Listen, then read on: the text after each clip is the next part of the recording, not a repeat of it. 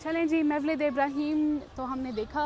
अब उसके बाद यहाँ मवलिद इब्राहीम के बाहर का जो इलाका है, यहाँ पे एक इनका कदीम बाज़ार है जिसको तारीख़ी चारशे कहा जाता है। चारशे तुर्की ज़बान में बाज़ार को कहते हैं और तारीख़ी मीन्स तारीख़ी। तो आइए जाके देखते हैं कि इस लोकल बाज़ार में क्या क्या स्पेशलिटीज़ हैं, और जो कभी आप इस बाज़ार में आएँ तो आप मिस ना करें। शानी उर्फा बाज़ार में एक बहुत कदीम चाय खाना है जिसे गुमरू खान कहा जाता है, और तुर्की के मुख्तलिफ़ शहरों में आप देखेंगे हान के नाम से बहुत सारे ऐसे बाज़ार आपको मिलेंगे जहाँ अक्सर शाम के वक्त लोग बैठ के चाय पीते हैं। एक ओपन स्पेस होती है, एक खुला सा सहन होता है जिसमें किनारों पे सारी दुकानें होती हैं, एक किस्म की फूड स्ट्रीट आप कह लें।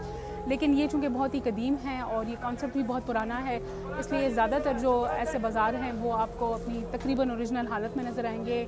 बहुत कदीम, बहुत तारीख़ी इमारतें हैं जिनमें आज भी तकरीबन उसी तरह का फर्नीचर इस्तेमाल किया जाता है और उसी तरह के खाने भी मिलते हैं। तो चलिए चलते हैं गुमरू खान।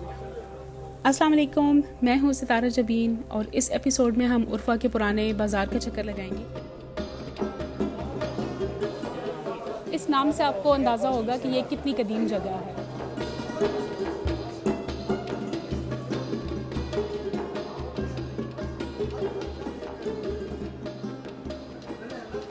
इस बाज़ार के अंदर जैसे ही आप दाखिल होते हैं तो यहाँ पे बहुत सारे आपको स्टॉल्स साइडों पे मिलते हैं, जहाँ मिठाइयाँ और दीगर छोटी मोटी चीज़ें, तस्वीरें वगैरह बेची जाती हैं।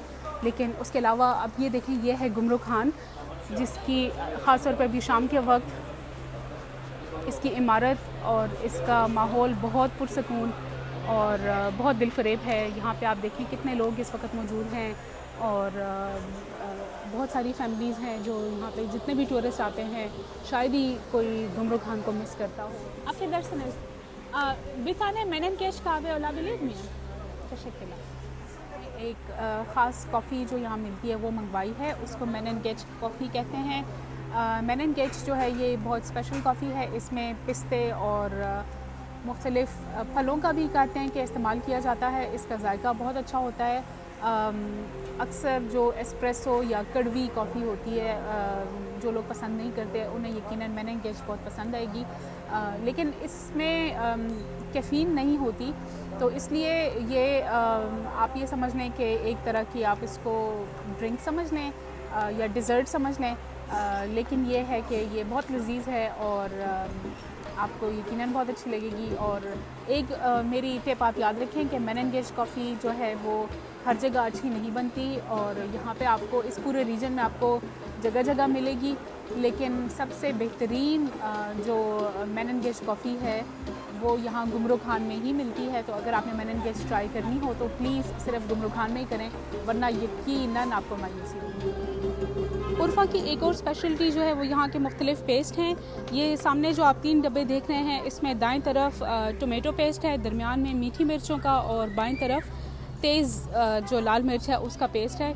ये वाले पेस्ट बहुत लजीज़ होते हैं, इनकी क्वालिटी बहुत अच्छी होती है और ये बहुत लंबे अरसे तक भी ख़राब नहीं होते। इसलिए अगर कभी आप यहाँ से लेके जाना चाहें तो आप लंबे अरसे तक इन्हें रख सकते हैं, और ये यहाँ के मुख्तलिफ़ लोकल खानों में इस्तेमाल होते हैं। यही वजह है कि इनका खाना जो है वो बाकी तुर्की के खानों की निस्बत ज़्यादा स्पाइसी होता है। ये जो मखसूस मसाले आपको नज़र आ रहे हैं, ये पुल बीबर की लोकल अक़साम हैं जो मुख्तलिफ़ रंग और मुख्तलिफ़ जायकों के में यहाँ पे मिलती हैं। उसके अलावा यहाँ पे मखसूस कॉफ़ी जिसको दिबेक कहवे कहा जाता है वो भी यहाँ पे बहुत मकबूल है। इसके अलावा यहाँ पे ये देखें, खुश्क सब्ज़ियाँ बहुत इस्तेमाल होती हैं। ये खुश्क बैंगन है और ये जो लाल मिर्च है उसको खुश्क करके मुख्तलिफ़ लोकल खानों में इस्तेमाल किया जाता है। पुल बीबर के अलावा ये देखें, ये यहाँ पे आपको नज़र आ रही होगी बोतल, इसमें है अनार का, जिसको आप मोलासेस भी कह सकते हैं या उसको कॉन्सेंट्रेट कह सकते हैं। वो यहाँ पे इस इलाके के अनार चूँकि बहुत अच्छे होते हैं, तो उनका यहाँ पे बहुत मकबूल है कि उनका ये मोलासेस, उनका ये कॉन्सेंट्रेट लोकली तैयार करके इसको सलाद और मुख्तलिफ़ खानों में इस्तेमाल किया जाता है, जो कि इंतहाई लजीज़ होता है। ये बाज़ार अगर आप पूरा घूम के देखें तो आपको कम से कम 1 से 2 घंटे लग जाएंगे। और इस बाज़ार में आपको हर तरह की चीज़ें कपड़े से लेके और हैंडी क्राफ्ट्स, उसके अलावा हाथ से बनाए हुए जो बर्तन वगैरह हैं वो, और मसाले और मकामी खाने वगैरह सब कुछ आपको यहाँ पे मिलेगा।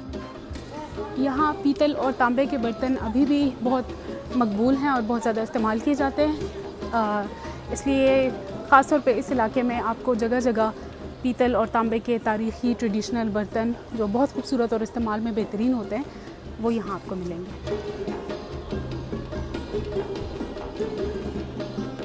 ये देखें तांबे के कितने खूबसूरत बर्तन।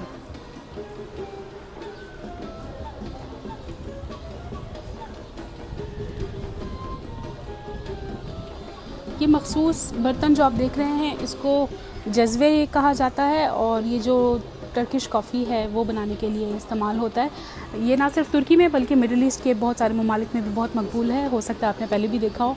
और इसके अलावा ये पीतल के फ्राई पैन जो हैं वो कुछ मखसूस जो टर्किश खाने हैं वो इनमें बनाए जाते हैं।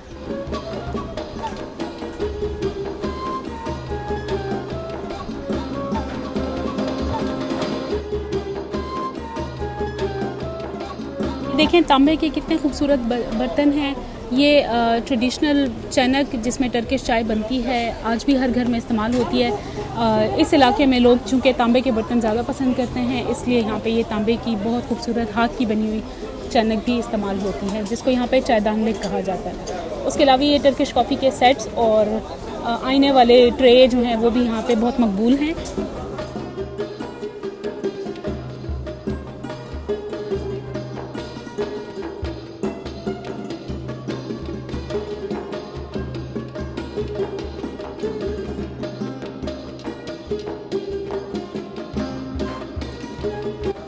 जी यहाँ का मशहूर जहर, आप देखें कि कैसे उसको एक बड़ी सी रोटी के पोर्शन के साथ सर्व किया जाता है। उसके साथ ये इनकी मखसूस लाल मिर्च है, और ये आचिक आयरान यानी कि खुली लस्सी, और साथ में ये सलाद। तो ये है गुमरू खान का ख़ास खाना, बहुत लजीज़ है। और अगर आपको कलेजी पसंद नहीं तो उसके अलावा यहाँ पे फिर चाय कॉफ़ी भी आपको मिल सकती है, कुछ कोल्ड ड्रिंक्स और कुछ मकामी लोकल कॉफ़ी की मुख्तलिफ़ अक़साम हैं जो और कहीं तुर्की में भी कहीं और आपको शायद ही मिलें, तो वो भी यहाँ पे आप ट्राई कर सकते हैं।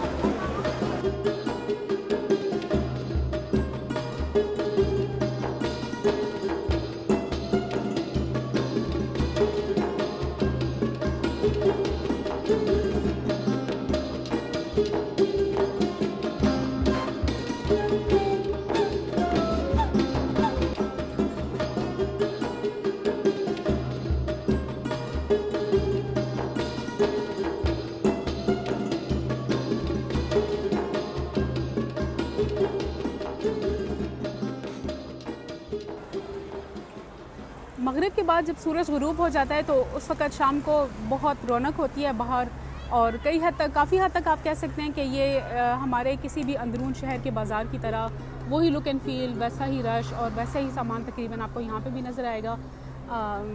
हालांकि अभी कोविड का ज़माना भी है, लेकिन इसके बावजूद आप देख सकते हैं कि सड़कों पे, बाज़ारों में, दुकानों में हर जगह बहुत रश है। उसकी शायद एक वजह ये भी है कि आजकल बड़ी ईद आने वाली है जब मैं ये रिकॉर्ड कर रही हूँ, तो उसकी वजह से भी काफ़ी सारे लोग यहाँ पे शॉपिंग में मसरूफ़ हैं। और इन दिनों में पूरे तुर्की से और जो पड़ोसी ममालिक हैं वहाँ से भी काफ़ी सारे लोग ज़ियारत के लिए यहाँ उर्फ़ा आते हैं हज के दिनों में, तो उसकी वजह से भी आजकल काफ़ी गहमा गहमी है।